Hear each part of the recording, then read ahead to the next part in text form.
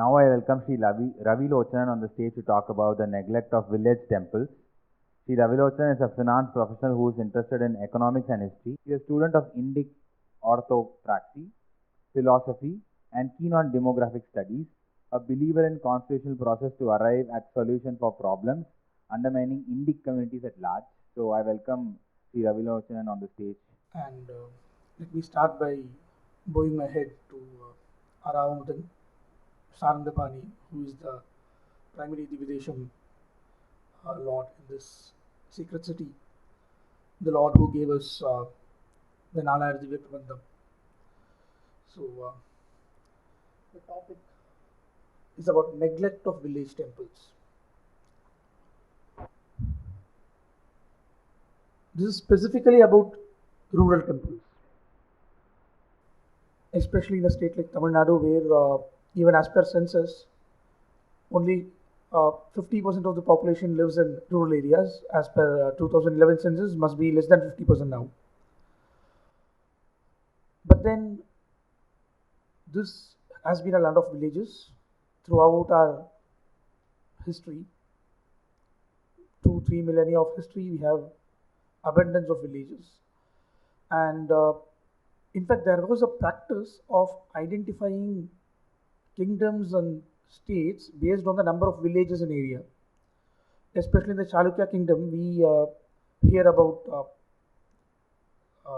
12,000 Nolambavadi.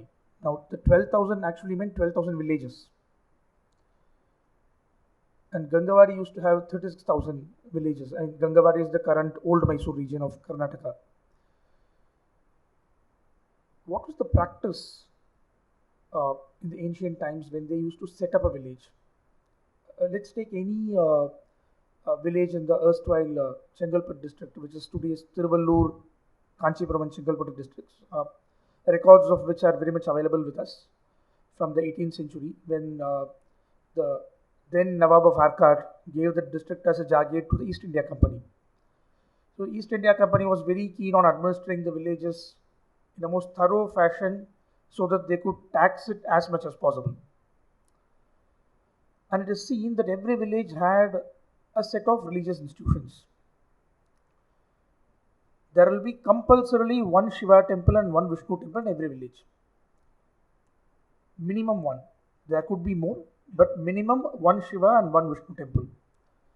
There will be multiple small temples dedicated to Pullayar, Ganesha. Then you have some Hanuman temples, you have the local guardian deities. There are even temples which are dedicated to certain Vanadevatas. There will be some sacred groves in some villages. In some places, you have hero stones which are worshipped, and nowadays, unfortunately, I think that worship has completely gone out of vogue. But even till late 18th century, we see hero stones being worshipped. Now, the practice there was that each of these temples were endowed with their own income. The endowment was either in the form of land allocated to temple or the village produce being allocated to temple. There were two kinds of allocations in village produce. One will be called Swatantram, the other is Manyam. Now, Swatantram was a very, perhaps a unique concept, you can say, not seen anywhere else in the world. Once harvest is made, the paddy bundles will be, kept in one place, and without even measuring how much paddy is there, a portion of the bundles will be given to the temples and also to certain village servants. This was called Swatantram. It was not even considered as a part of the village produce. Only after Swatantram was given, the rest will be measured, and the tax will be on this measurement only. Swatantram is outside the purview of tax calculation, and out of this tax which was calculated, most of the tax was actually given back to the village in the form of various manyams. So each village was essentially an independent unit of its own. Only a small amount used to be transferred to the central authority, and the village was self-sufficient for all its requirements. Temples were given manyams, there were free schools. Uh, the village Vaidya used to give treatment for free. He was paid by the village. All the common utilities in a village, uh, barber, washerman, uh, Urkaval, it's the village police, generally done by the so-called scheduled caste communities, as they are called today, in, northern Tamil Nadu as well as in southern Tamil Nadu for that matter. And the crematorium, Neerkatti will be the people who manage the tanks, village tanks for irrigation. All these people were paid by the village out of the tax collected. The manyams will be given from there. So all these people were village servants. And the village did not have any requirement of a central assistance, to be honest. So the temples had their own part in the social, spiritual, economic, and cultural environment of a village. Our religion is a perfect example of the ancient pagan traditions where life is seen with joyous eyes. And the idea behind having multiple temples in a village is about serving the deities, worshipping them, giving due honor to them, and at the same time enjoy the festivals. Vishnu temple will have festival in a particular month, Devi temple in another month, Shiva temple in a third month. So if you take the village out of 12 months, 8 to 11 months, you will have one or other Utsavam. So people always came together because of these temples. And one thing which people always speak about these days is the Avarnas were not allowed inside temple before Temple Entry Act was enacted. But what is forgotten is that whenever Utsavas used to happen, the entire community used to come together. We have a saying in Tamil, Oor Koodi Ther Iluttal. So when a chariot is being pulled, the caste of the person next to you was never asked about. It did not matter. So even in the days when temple entry was not allowed for certain sections of the community, those communities had access to deities during Utsavas. When the deity used to come out of the temple every day for 10 days, 12 days, sometimes even the whole month, especially in Amman temples where during Adi month, there are records which show that all 30 days Devi used to come out of her temple. This is what kept people Hindu in belief, practice, and their day-to-day life. So the number of temples in any small village with 300 or even 200 families used to be at least 15 to 20 from what I'm seeing in the past records. And even today, when I go to these old villages, I could see ruins of old temples. Many of them will be very small temples. But the amount of devotion that these people had in the past, that each of these temples were provided for, and the small temples, 3-4 temples will have one pujari, and most importantly, Brahman pujari will be so-called Brahman pujari, because once again, not all Brahmins can become pujari. Only a small subsection of the Brahmins can become priests in the Agama temples. For example, in case of Shaiva temples, the Shaiva Siddhanta Shivacharyas who become priests there. A normal, a Mahashaiva, who is a Shaiva Brahmana, cannot become a priest in a temple. Similarly, in Vaishnava temples, you have the Agamika Brahmanas, the Vaikhanasas and the Pancharatrins who are the priests in the temples, not a person like me. I may know how to do Tiruvaradhanam, but I am not capable of doing it as per the tradition. And there is a reason behind it. We need not go into it now.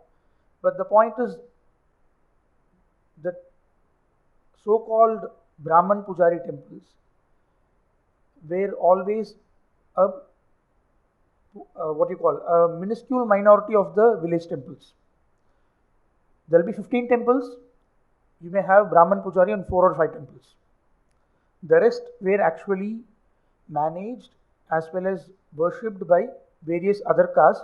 In most cases, it will be the dominant caste of the location. The dominant caste, not in the sense of mere caste hierarchy, but actual numbers. Even the so-called scheduled castes had their own temples and their own pujaris as well. And the interesting part is, people did not have a problem in having priests from various communities in their temples. A glaring example that I can give, many Brahmins in this Chola Desha, they have Siruvachur Madhurkali Amman as their Kuladevi. Now, the priests of the temple are not Brahmins. You will see Vedic Panditas who will go there, Vaidikas, even a Pandita who is a Dvivedi, a real Dvivedi, not by mere surname, someone who has learned about Sama and Yajurveda. In his complete Vaidika Swarupa, he will stand outside the Garbhagriha only. He will not say that I have a right to enter the temple because of the Garbhagriha because I am a Dvivedi, I have learned 2 Vedas. It doesn't work in that fashion. So, every community had its own space, and these ritual spaces were venerated and given due respect by all the communities in the area. And all these temples were allocated due amount of money so that their rituals continue in a proper manner. The degradation started about 2 centuries ago. And I'm giving a bit of history here because we have to understand what has happened. It is so easy to say that village temples are neglected. They are in ruins. And yes, they have to be, I will say, reconsecrated, revived. But first we have to understand how it came to this situation today. So the degradation started 2 centuries ago when the British took over. They were not happy with the kind of swatantrams and manyams that were being disbursed, left, right and center. Free schools were closed down, many swatantrams were cut down, many manyams were denied. In fact, the scheduled community caste, they had right over manyam and they had no duty to pay taxes. They were exempt from taxes. Even land tax were exempt for them, not for the other communities. So they were completely self-sufficient. Now their self-sufficiency was broken by the British, who denied them their manyams. And in came the vultures with free rice. When what was their right was denied to them, and instead they were made into beggars.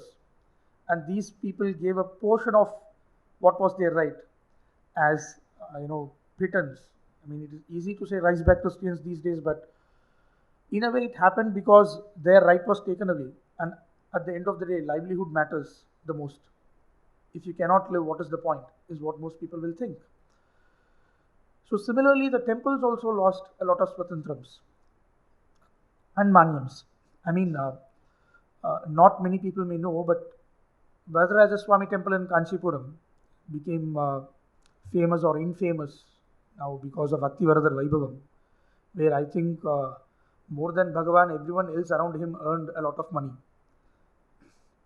especially the government servants there, as well as, for that matter, the local autowalas, whatever. But the point is, that temple had a right to manyam from more than 1,000 villages. And this right to manyam was not a huge amount from every village. The practice was they will collect 0.5% of the village produce from each village. 1,500 villages will contribute in such a fashion. Ekambareshwara temple had some 400-500 villages in similar fashion. Kanchi Kamakoti Matam had about 300 villages. Our Singaperumal Koil in near Chengalpattu, that temple had right for manyam from some 400 villages. And these were about 0.5% to 1% only. Not a great amount. But when it is collected from so many hundreds of villages, these were institutions of importance. And each of these villages had a connect with their deity. In fact, the practice was that the Tatacharyas of the Varadaraja temple, they will take the Lord on a long parikrama where they will cover a lot of these villages to collect this tax, this manyam.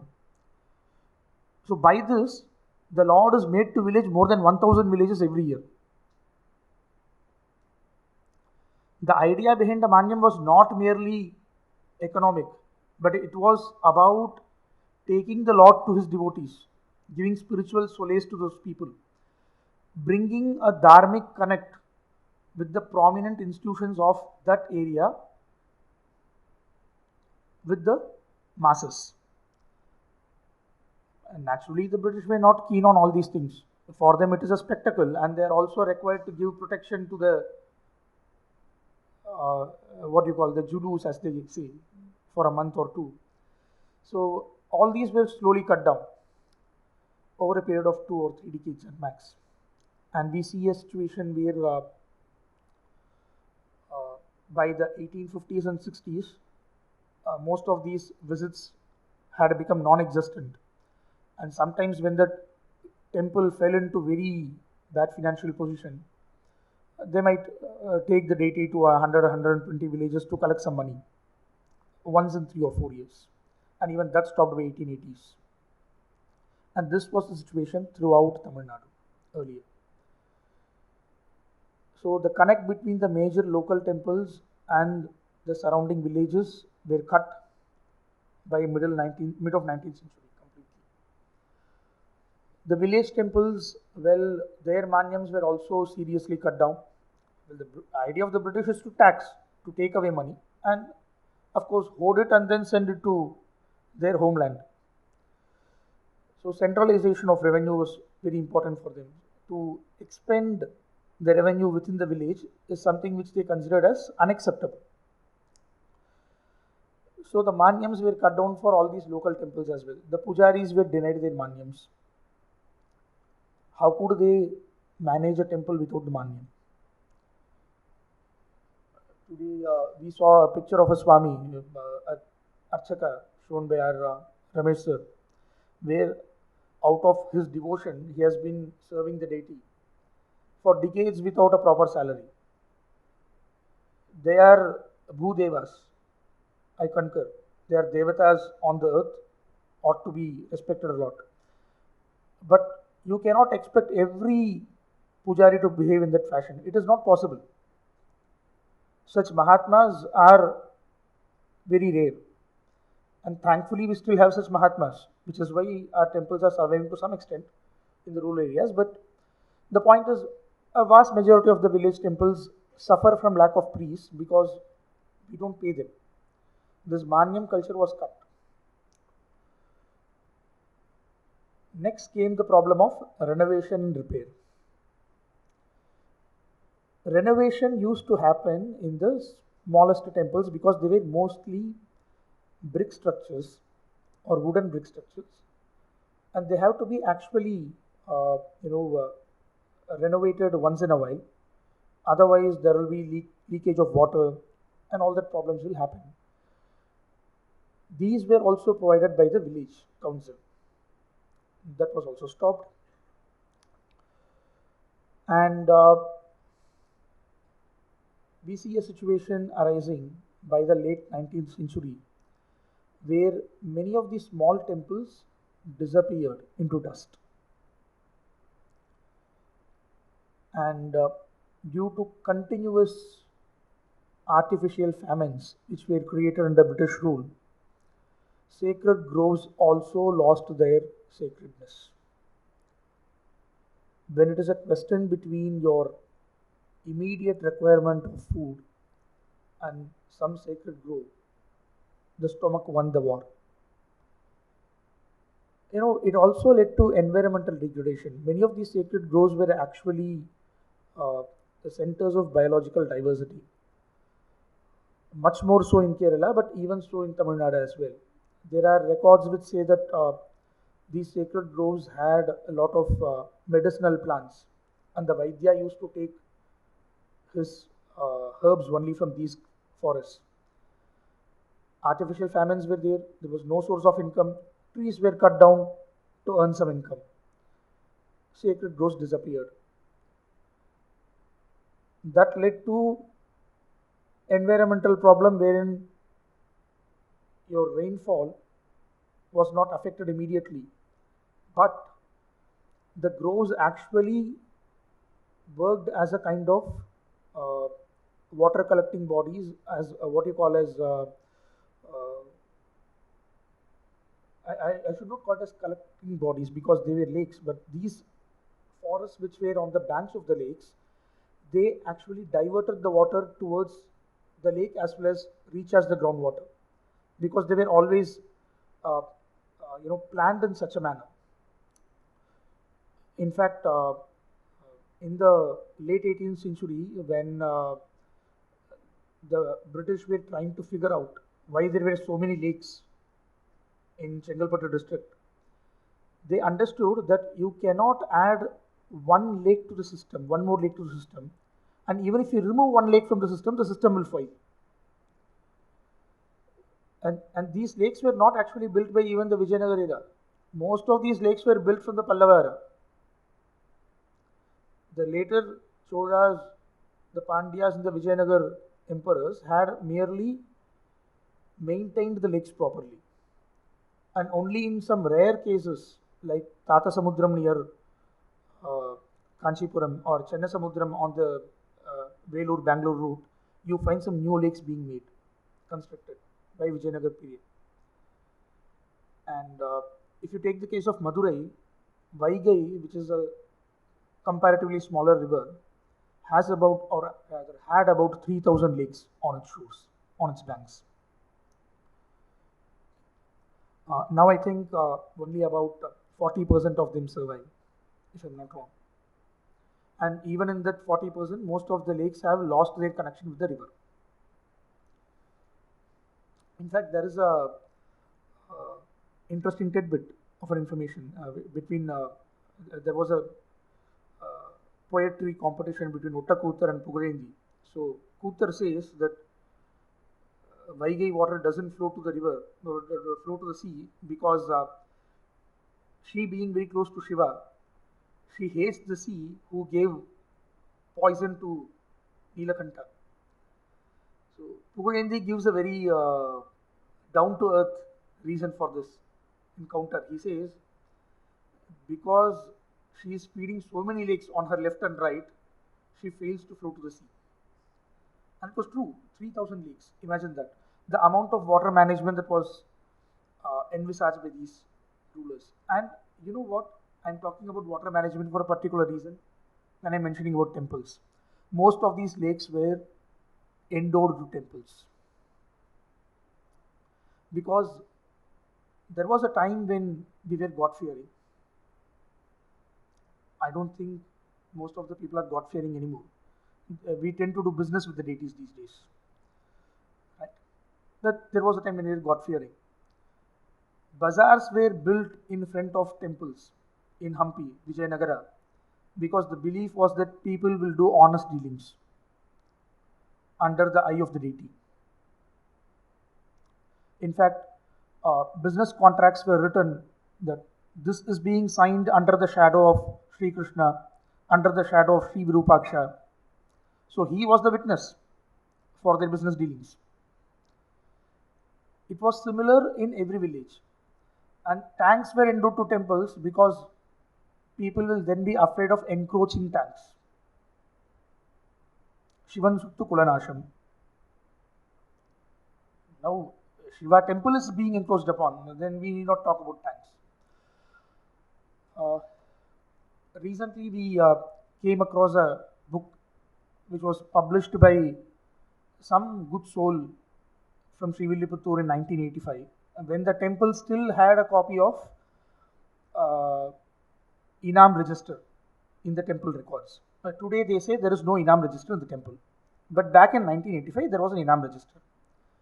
Now, in that Inam register, 25 lakes, tank bunds have been mentioned as belonging to Andal.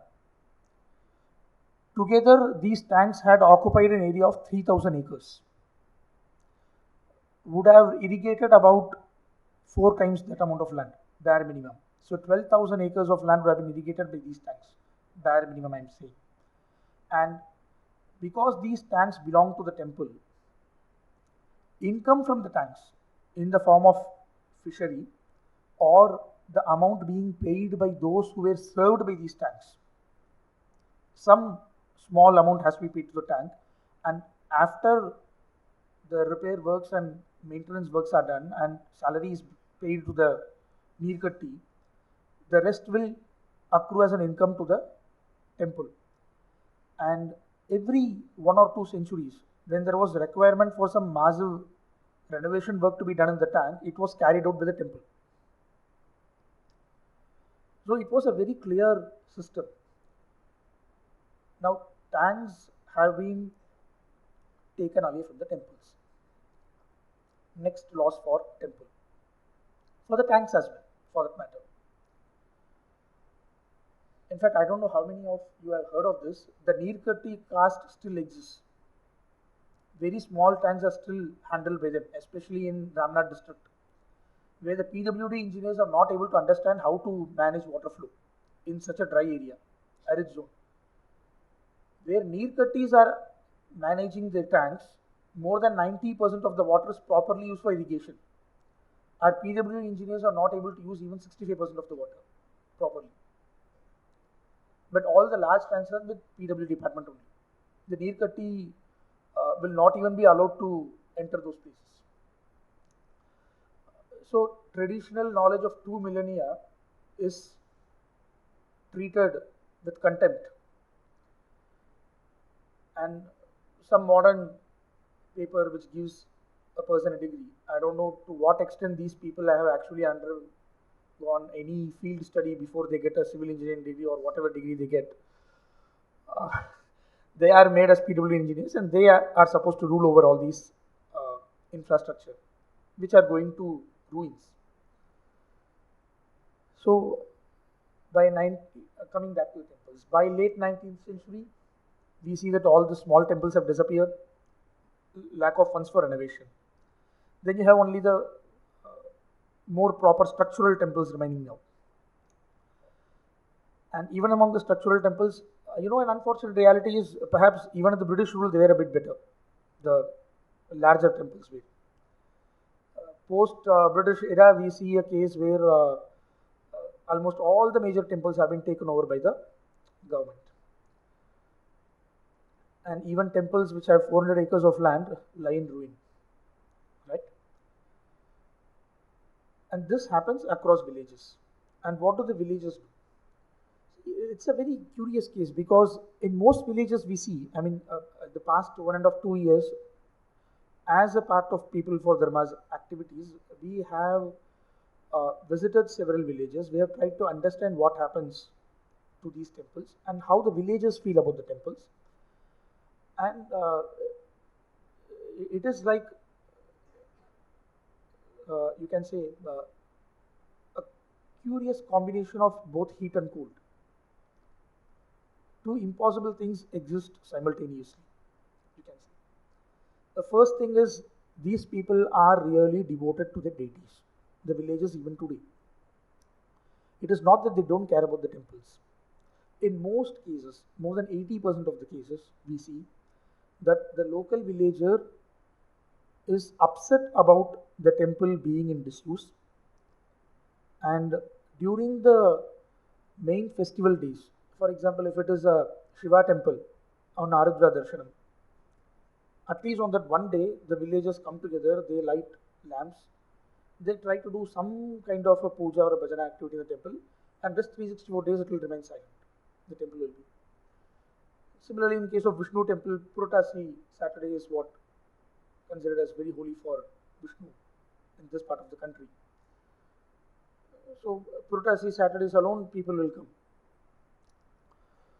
But otherwise, it is in disuse, it is in disrepair. In many places, pillars have fallen down. The villagers say that they are not able to do any work there because they are afraid of, as a mantapa was shown, it may fall down at any time. And the worst part, where the HRCA exists. Even if the villagers think of doing something, they have to take the permission of the executive officer, is what they are told. Let us take a case of Ariyalur district. One executive officer will be handling 160 temples. He will remain there as an EO for 1 year. He would not visit even 20 temples during his tenure there. He will not have time. So I don't have, I should not say I don't have any idea. I'm sorry. We have a very clear idea of what is happening here. I mean, the temples have been taken over because they have been endowed with lands. Now the lands are with various people in power. Whoever comes to power, that party person will enjoy the lands there, quite naturally. No money will be paid to the HRC department, or rather to the temples. But then the money is collected by the department, and we don't know what they do with the money either, even when they collect some money. This we saw in certain villages, where the local villagers say, "Sir, last year they collected 2 lakh rupees as the rent from the lands here. So what happened to the 2 lakhs? We don't know, sir." Will be the standard answer, because nothing would be expended on the temple. No pujari will be appointed. In some places, there will be one watchman who is paid 600 rupees or 700 rupees as the monthly salary, who will be the watchman for all the temples in that village. And if you ask the EO, he will say, "No, puja is being done by Murugeshan." Who is this Murugeshan? He is the watchman there. So this being the state of affairs, should we say that the villagers have failed in taking care of the temples? The answer is again no. At the same time, partially yes. No, because they still have some amount of piety, and we see that when we actually go there and try to help them in reviving the temple, they support you. At the same time, it is partially yes, because the practice has been that at least when it came to temples, in most of these villages, the primary leader towards organizing these things was usually the Archaka. Now, Archakas do not exist. It will be the Archaka who will say that Tiruvila nadakka poradhu, Utsavam nadakka poradhu, we need so and so things to be arranged, and people will come together to do it. Now there is no one to order them or guide them. Thankfully, the village guardian deities alone are surviving today, because the local the guardian deity temples are taken care of by some particular families, which are hereditary, and still they remain there and they take care of their temples. They are able to manage their temples properly. So those alone are surviving to a better extent. I will not say they are surviving in a very good fashion, but they are surviving to a better extent. Better than the Shiva and Vishnu temples. But the problem is, the soul vultures enter offering solace, right? And for people to have some kind of higher religion, where philosophy and some amount of soteriological things, moksha or heaven, is to be talked about, you require the major temples. People go to the guardian deities for their day-to-day requirements. As a person told us,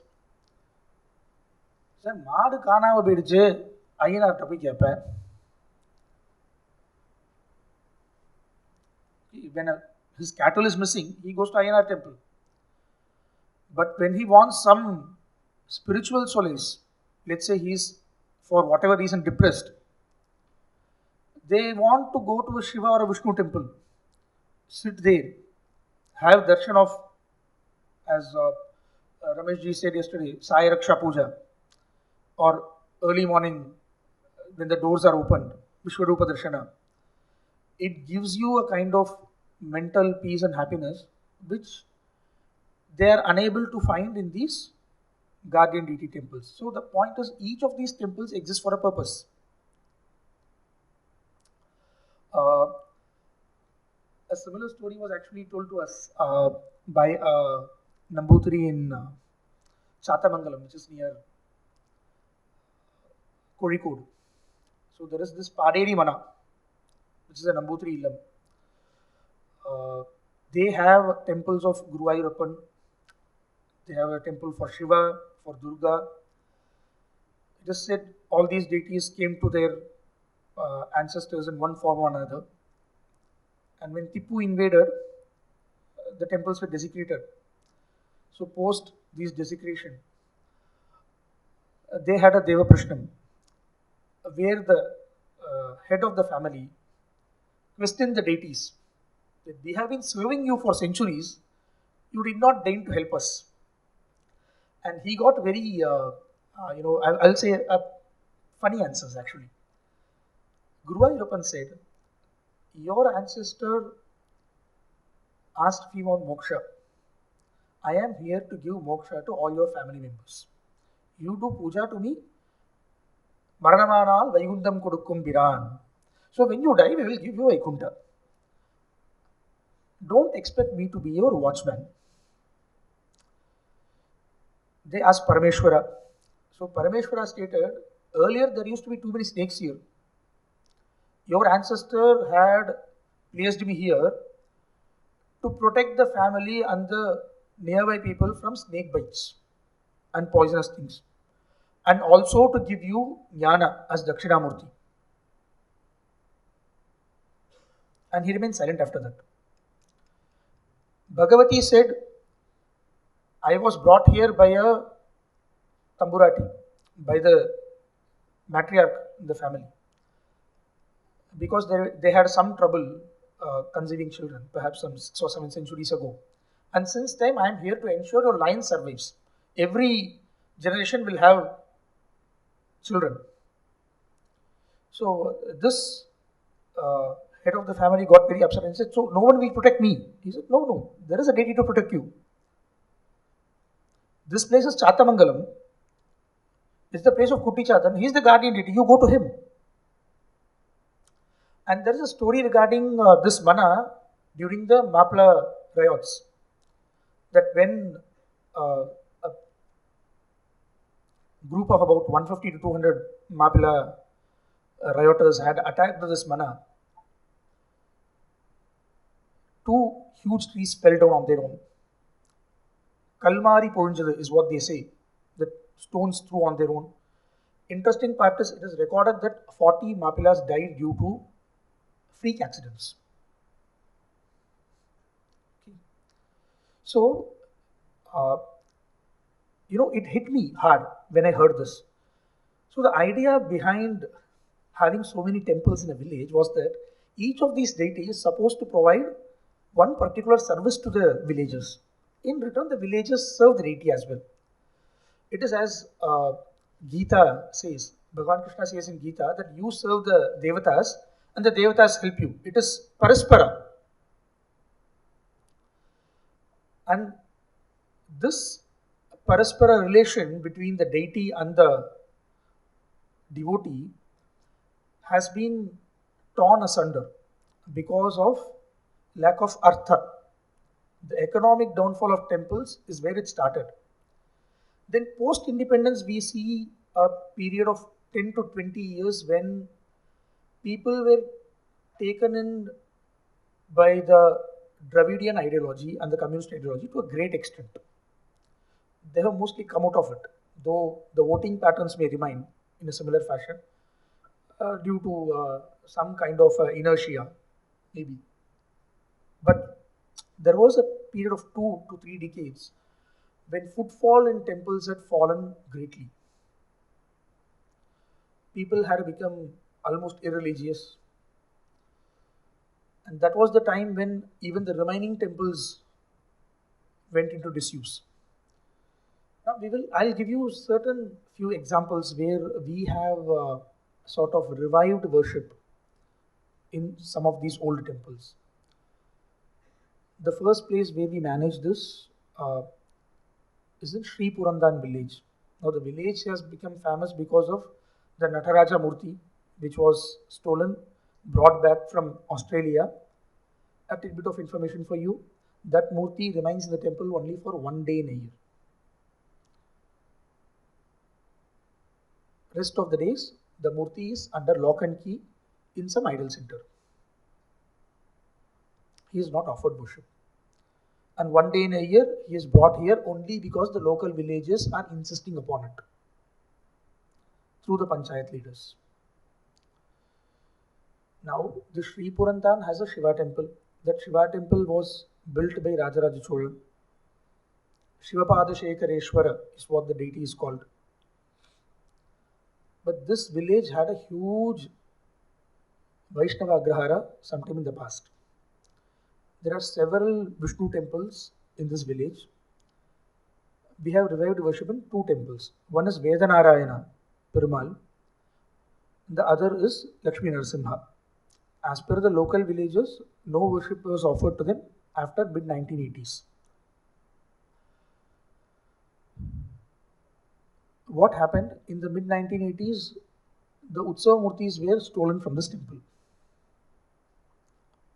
once the worship stopped. Thankfully, the Murtis were not taken to abroad. Before that, they caught, perhaps not the culprits, but at least the Murtis were caught. Now, since 1986, these Murtis are lying now. In one ASI report stated that it is lying in Jayankundan court as evidence. And some say no, it is in some idol center. The HRC claims. We have both answers with us. Now we have to go and check where that murtis actually exist. That being said, from 1986 to 2021, there have been no worship in these temples. Due to lack of worship, Garbhagriha became infested with bats, with snakes. Lakshmi Narasimha was covered in 1 inch of bat shit, to put it very bluntly. And even after this state of affairs, when we went there, the villagers were happy. They said, sir, if you can do some cleaning work and if you can arrange for someone at Chaka, they will be happy. Another interesting tidbit, this village has a communist panchayat leader. And this communist panchayat leader is recommending to the HRC department that please allow these people to revive the temples. We want it to be revived and we are being helped by them. So at the ground level, as I said, the irreligious character has mostly disappeared. He may be a communist, but at the end of the day, he wants the temple to be revived. So 2 temples were revived in that fashion. Basic, I won't even call it repair work, but some amount of basic conservation work was done to ensure that things don't fall down from the top. And the murtis were cleaned, the Garbhagriha was cleaned, the temple was cleaned. Then Sambrani Tailam, which is to be offered once a year, was offered after 4 decades to the Tirumenis of the deities.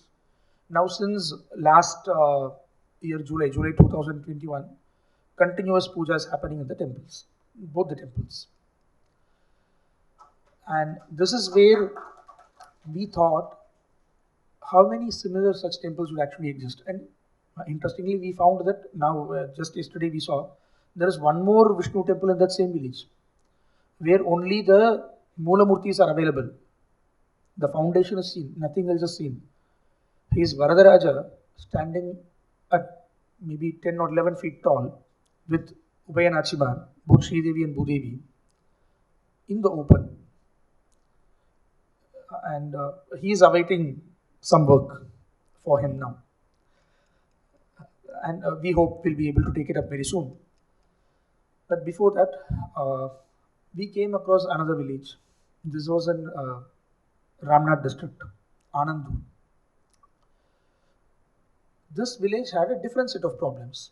It's a Muslim majority village where the winning candidate is decided by the local Jamaat. Right? Hindus form about 35% of the population there, or 30% maybe. The Shiva temple is a very old temple, at least 7 centuries old. Uh, they have been served by both the Pandyas and the Vijayanagar kings, and later by the Nayakas as well. It was earlier a part of the route taken by pilgrims to go towards Rameshwaram. There are two other temples there, one for Shasta, another for Munishwaran. Now, Munishwaran is uh, hedged in by now two large mosques on east side of him. So there is a small Munishwaran temple in between.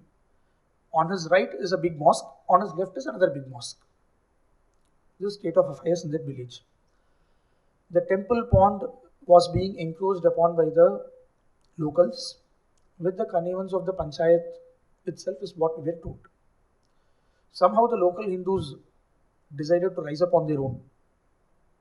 They fought vigorously against it. They ensured that the encroachment did not happen. Now, they approached the Shivaganga Samasthanam for help, because this temple is actually a part of the Shivaganga Samasthanam. So there are several temples under Shivaganga royal family where they are trustees, but then it also falls under HRCE control. So they have their own problems, the royals do. They don't have a free hand either, for that matter. But then at least approvals were arranged for, ensuring that the temple can be restored properly. Then we started the work. It took us about 1 year, I think, in total. We restored the temple. We used only stones and lime mortar, not these modern cement and brick and concrete structures, some ugly marbles for that matter. These were avoided. We have restored the Shasta temple as well. Munishwaran temple was almost non-existent, only the Muni remained. So we have built a new structure for him in stone and brick being the Vimanam. And you know what? Post this work being done, it is not just this village. Villages from nearby village also flock to this temple now, because it is the larger temple in that vicinity. What we saw as the situation in Chengalpattu district, as I said, that the idea was that the local bigger temples will have a connect with the nearby villages, with the masses. We could see it being revived here. And that Shiva temple premises is now used for all the festivals. Be it any festival, they take the help of the priest there. Be it Deepavali, be it Kartigai, be it even Krishna Jayanti. They need a place to come together there first. And they use the temple premises for coming together, hearing some pravachana. And nearby the temple, there is an open ground where they celebrate all these festivals under the guidance of the priest of the temple, who recites some mantras for them. So they also feel satisfied that things are being done properly.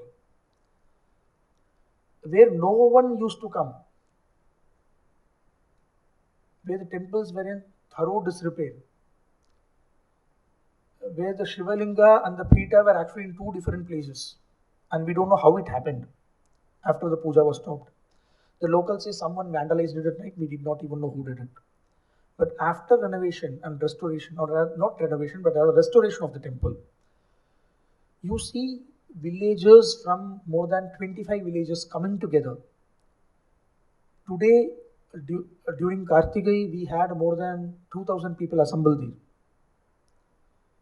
So this is what can be achieved if a village temple is taken care of properly.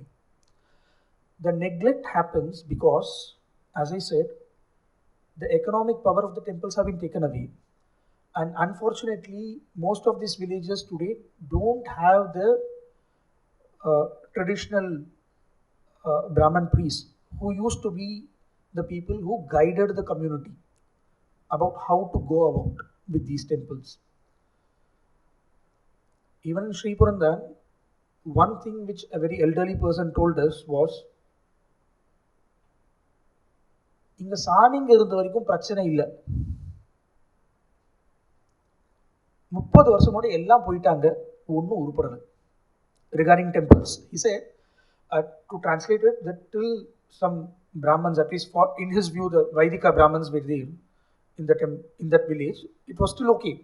It was not bad. But once everyone left, either some of them died or passed away, or some left for greener pastures,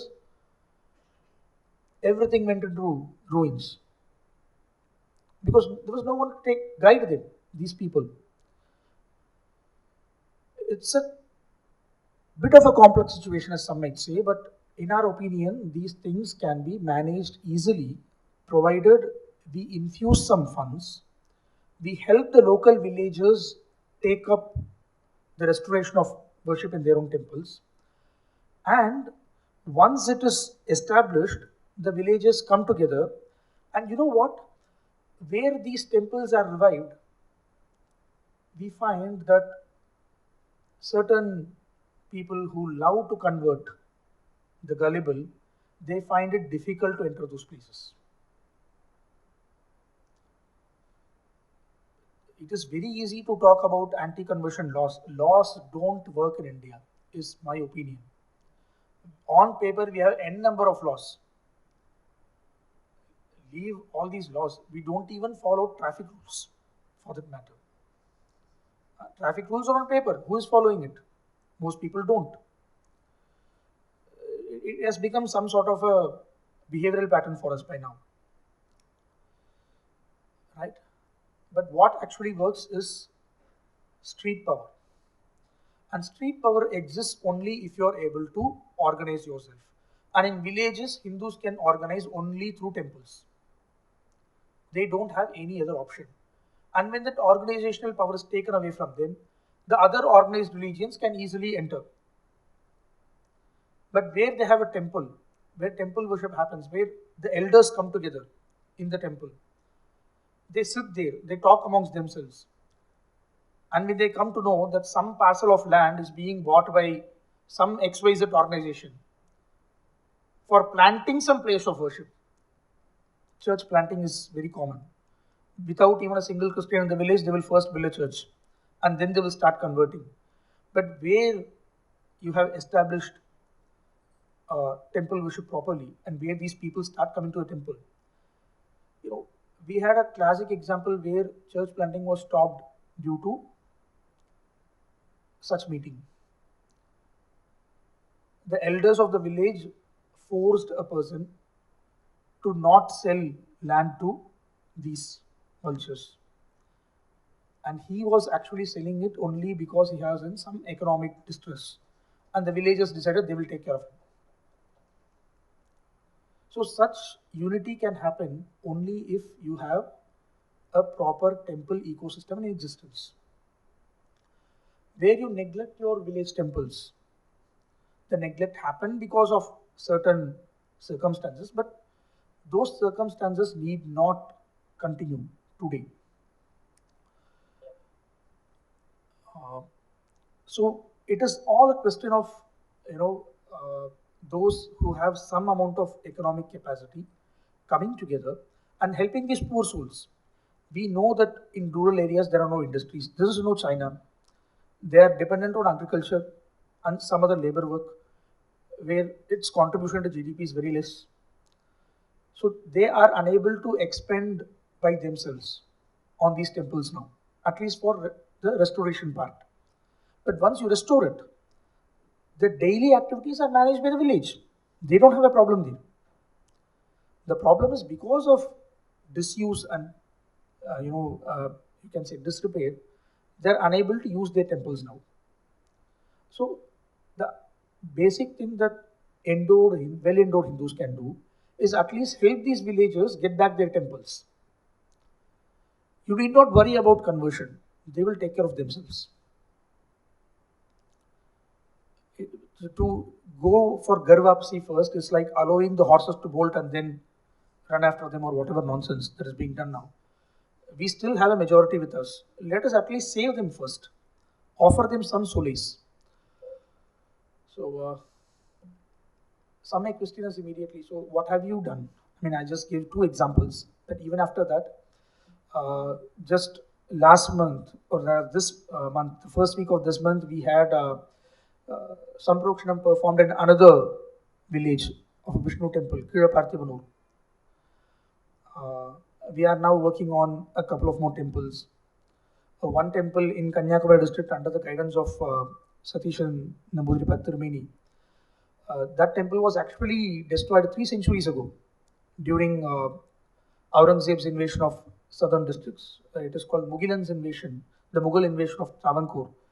Bet back by the then Travancore king Kottayam Kerala Varma, but unfortunately before that certain temples were destroyed, and this is one such temple.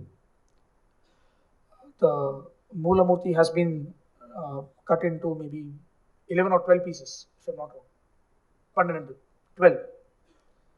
We have joined them together and some kind of puja has been restarted now because it was found that the Chaitanyam still remains there, as the Maharaja stated, and even in Prashtam it was found. And once the temple is, sort of restored properly, because all the stones are lying there, we only have to use them like Lego blocks. Use the good stones, restore the temple, and the Tantri has also identified what kind of a murti has to be placed there. So once it is done, we will restart worship in this temple where there has been no worship for more than 300 years. And this village is near Martandam in Kanyakumari district. Christian majority.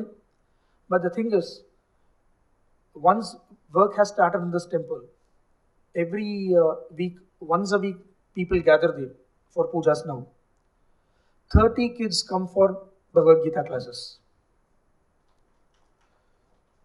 This is how you can withstand pressure from the other side and build some amount of resilience in our own people. So I would say that neglect of village temples is leading to a kind of situation where the rural Hindus are unable to hold their fort. Maybe that is the reason why our temples were built like forts, because they identified that temples are the forts of Dharma. So you please give those forts back to them. So in People for Dharma, we have till now restored worship in six temples.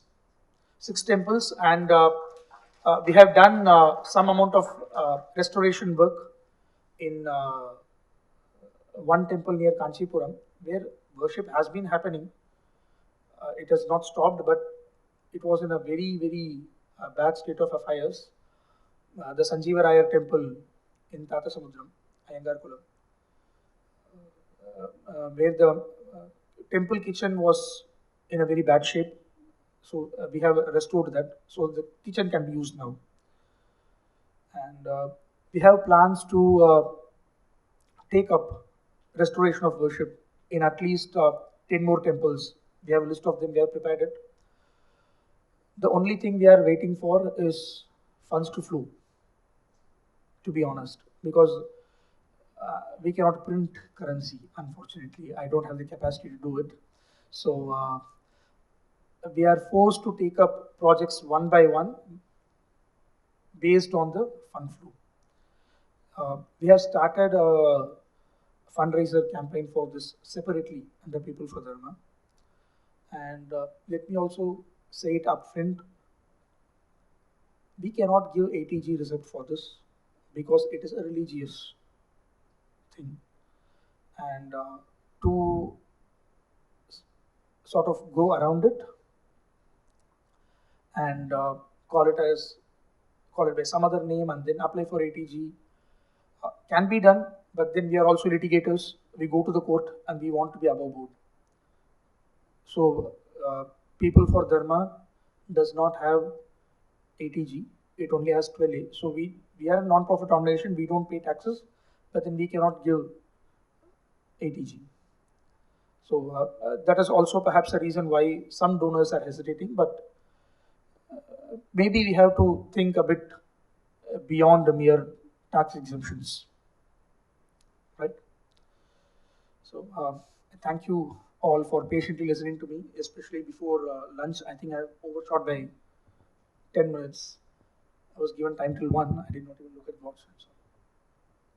So any questions?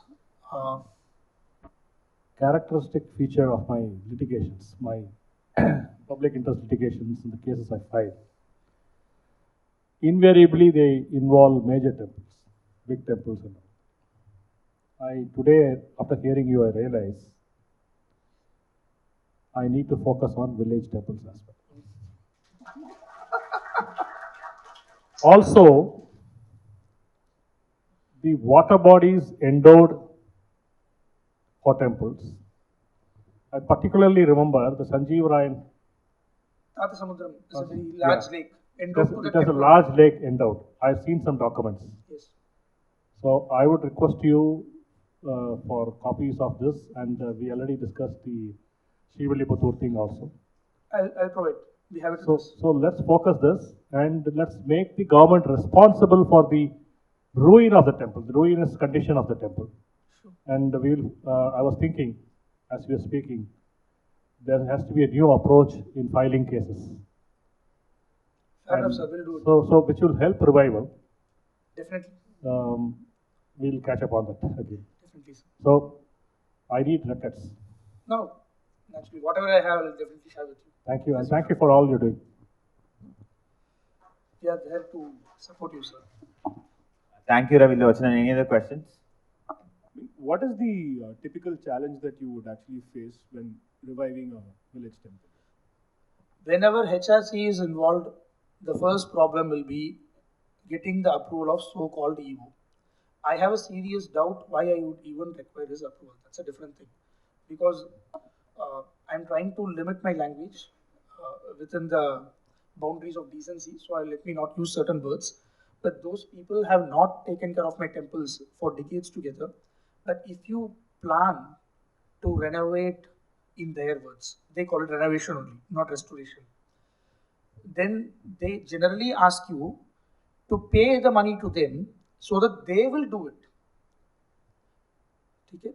And I'll give an example of this Sanjeev Raya temple itself.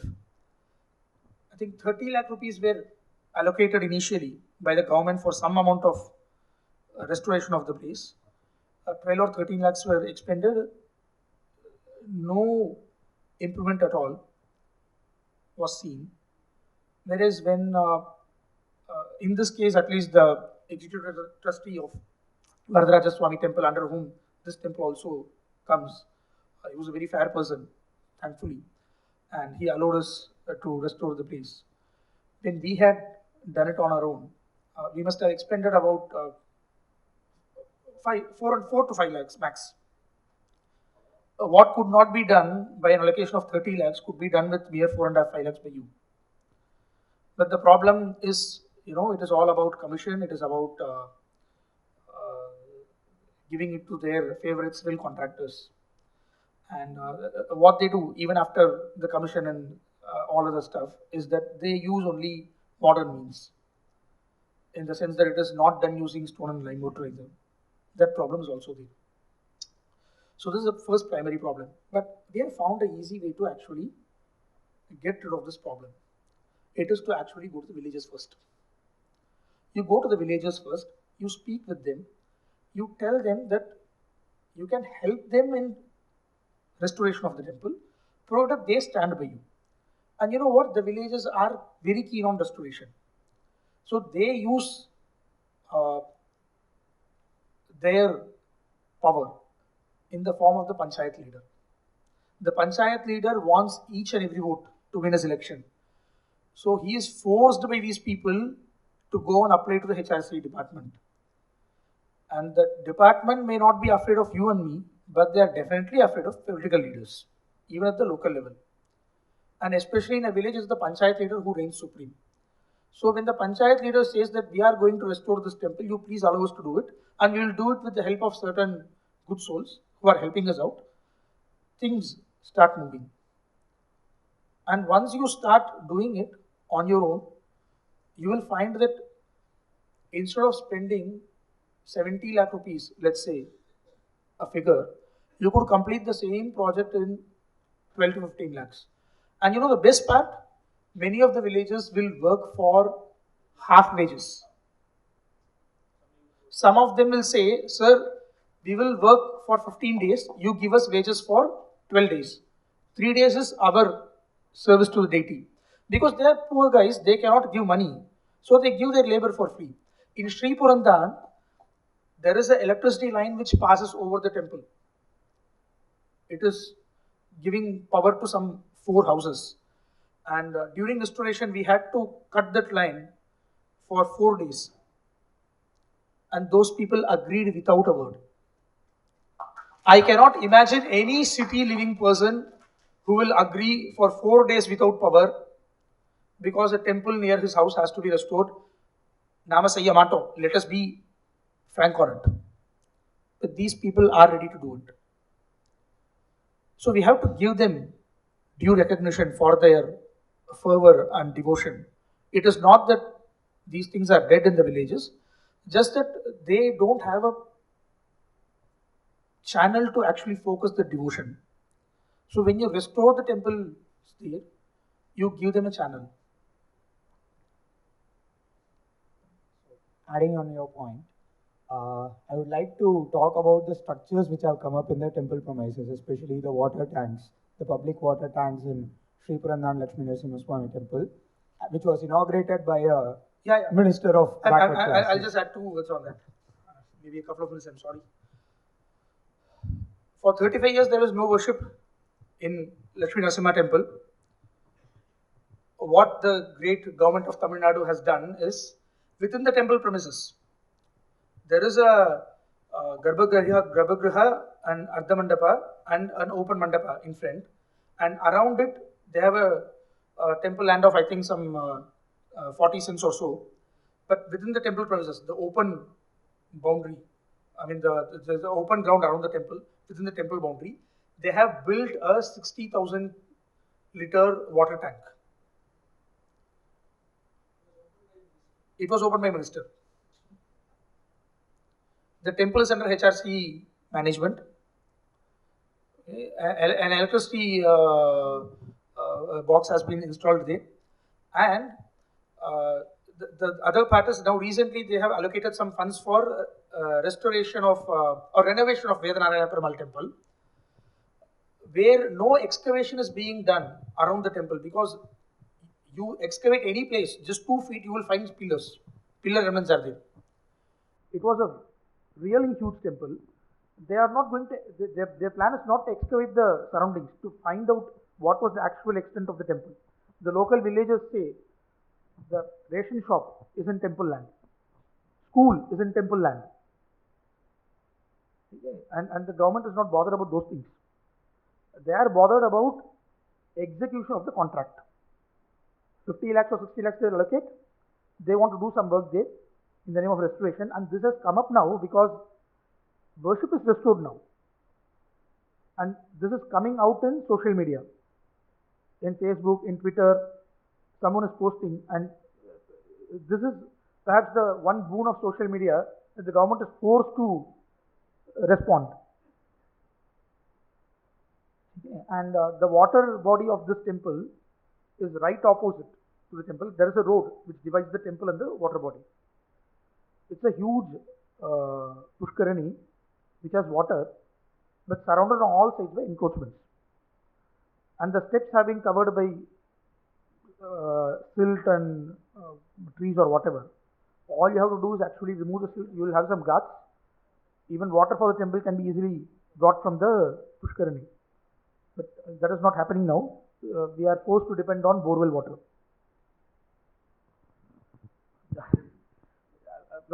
this Sri Purandan was a classic example. I mean, when we first saw the temple is in disrepair, but you have built a water tank in the temple complex, and it exists even now.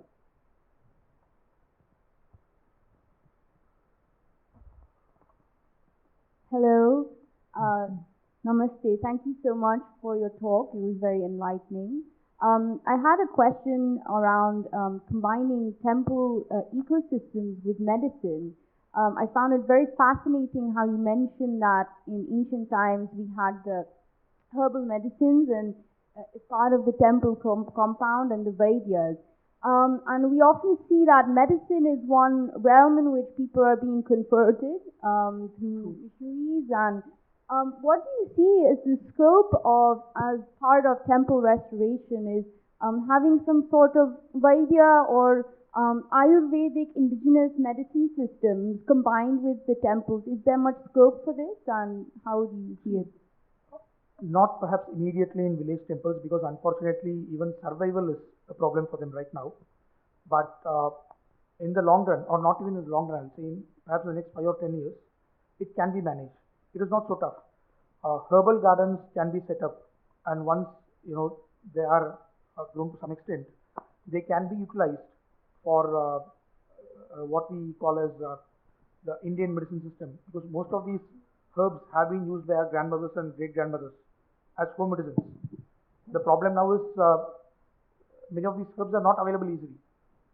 You have to go to a shop where it is available in a temple compound, and in a fresh manner, it will naturally bring people there. That's one thing. The second thing, you actually don't even need a very proper BAMS Ayurvedic doctor in these places. The great grandmother of the village, who will be some 80 or 90 years old, she is capable of administering many of these medicines by herself.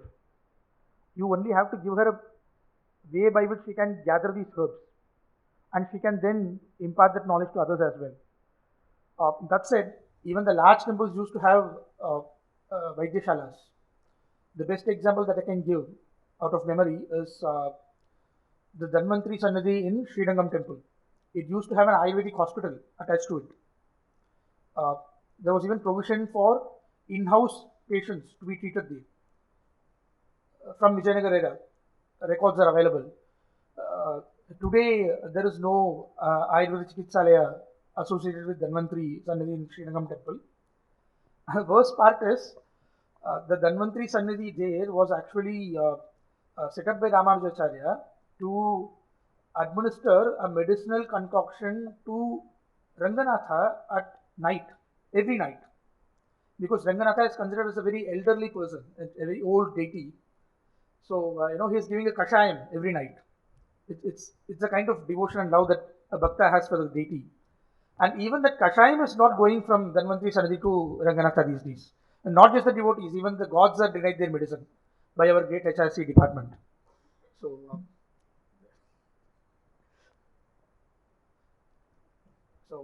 anything else? Or I think it's time for lunch, and that is more important than whatever is.